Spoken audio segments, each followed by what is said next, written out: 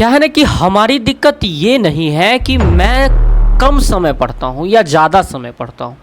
हमारी दिक्कत ये है कि ज़्यादा समय पढ़ने के बाद भी मुझे याद नहीं रह पाता है। याद नहीं रहने का कारण क्या है, कभी आपने सोचने का प्रयास किया कम समय पढ़ कर के लोग ज़्यादा कैसे याद रख पाते हैं? ज़्यादा याद रखना है अगर आपको, तो कुछ ऐसे 5 टिप्स मैं आपको दूंगा जो बेहद आपको इम्पोर्टेंट करेगी और बेहद बेहद अच्छे तरीक़ा से आपको स्मार्ट बना देगी। क्या है ना कि टॉपर्स वगैरह भी तो वही करते हैं जो आप करते हैं, वो भी 8 घंटा ही पढ़ते हैं, 4 घंटा पढ़ते हैं, लेकिन आपसे ज़्यादा नंबर उठा लेते हैं। मैं हूं सौरभ, आप देख रहे हैं हमारा चैनल SKC मैथ। आइए बात करते हैं, ये कुछ स्टेप्स मैं आपको बताता हूं। ये आपको करना पड़ेगा सेल्फ रिकॉल, ये करना पड़ेगा आपको सेल्फ रिकॉल। यानी सबसे पहला जो स्टेप आपको करना चाहिए कम समय में ज़्यादा याद करने के लिए, वो है सेल्फ रिकॉल। यानी खुद से सवाल पूछिए, खुद का सवाल खुद से पूछिए। जैसे मैंने आपको फोटोसिंथेसिस पढ़ाया, तो आप क्या कीजिए कि फोटोसिंथेसिस के बारे में खुद से सवाल कीजिए और उसका आंसर खुद से बनाने का प्रयास कीजिए और देने का प्रयास कीजिए। ये होता है सेल्फ रिकॉल, जहाँ पे आपके कॉन्फिडेंस बिल्ड करती हैं और जहाँ पे आपकी जो शैली होती है याद करने की, वो मेमोराइज में नहीं जाती हैं। कोई चीज़ मैं आपको डाटा दूँ और उसको डायरेक्ट कहूँ याद करना, वो बहुत कठिन होता है, लेकिन उसको अपने तरीके से बना के याद करना ये बहुत आसान होता है। तो एक क्या करिए, खुद से सवाल करिए, खुद से सवाल करें और उस सवाल का जवाब दें। उस सवाल का आप क्या करें, जवाब दें। आप ऐसा करें, एक कंटेंट बना लें।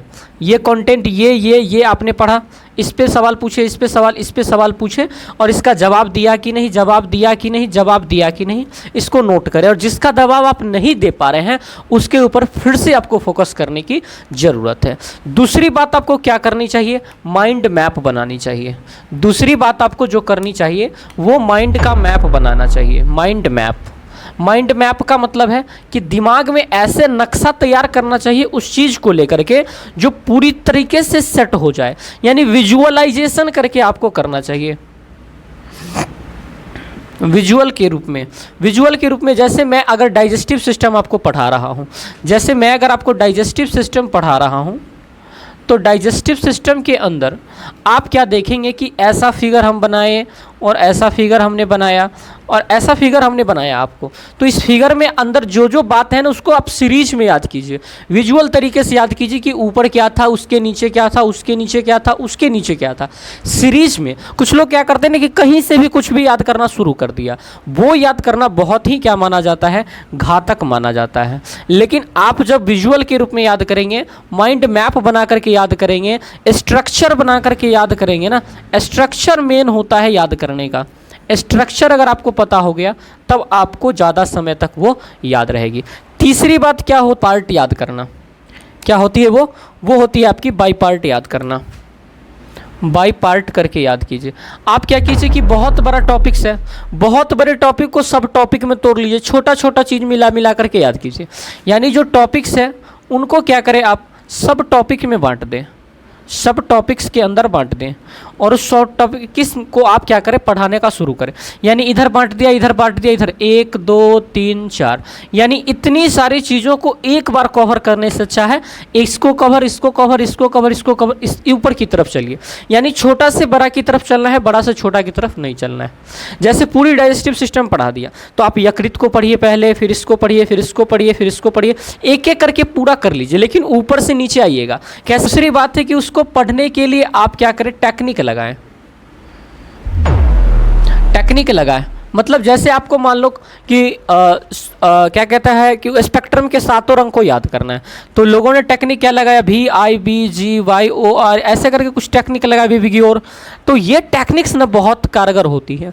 आप अपने माइंड को क्या करते हैं, माइंड को शार्प करते हैं, इससे आपकी माइंड क्या होती है, शार्प होती है। तो टेक्निक वगैरह का यूज कीजिए जिससे आपके दिमाग बहुत जल्दी उसको पिक कर पाए और पिक करके उसके सब पार्ट में तोड़े, माइंड मैप बना पाए और रिकॉल करे। इससे आपकी ना बिल्ड जो होती है, सोचने की जो क्षमता होती है वो इन्हेंस होती है। और अंतिम जो पॉइंट होती है ना, वो 5वां, ये चौथा था मेरा, ये तीसरा था, ये दूसरा था, ये पहला था, और 5वां जो पॉइंट होती है ना, वो होती है टेस्ट देना और एनालिसिस करना। यानी टेस्ट दीजिए, आपको क्या करना है, मॉक टेस्ट लगाना है या टेस्ट लगाना है, जो भी कर लीजिए, और उस टेस्ट का एनालाइज बहुत ज़रूरी है। क्या करना है, उसका एनालिसिस बहुत ज़रूरी है। और देखिए कि एनालाइज में आपकी कहाँ पे ग्रिप जो है वो कम पा रही है, और उस ग्रिप के ऊपर फिर से तैयारी कीजिए चारों टॉपिक्स का। इस प्रकार से जब आप करेंगे तो यकीन मानिए रिवीजन जो होती है ना, यही सब पार्ट्स टॉपिक्स करके जो आप मानते हैं वो इसके अंदर आती है। यकीन मानिए 7 दिनों में आपकी कॉन्फिडेंस हाई लेवल की हो जाएगी। उम्मीद नहीं है आप इसे करके अपना, फिर आपको बेहतर रिजल्ट मिल पाएगा। क्या है ना कि सभी बच्चे ऐसे ही करते हैं, मैं भी करता हूँ, हर लोग करते हैं, लेकिन कुछ को पता नहीं है वो ऐसे नहीं करते।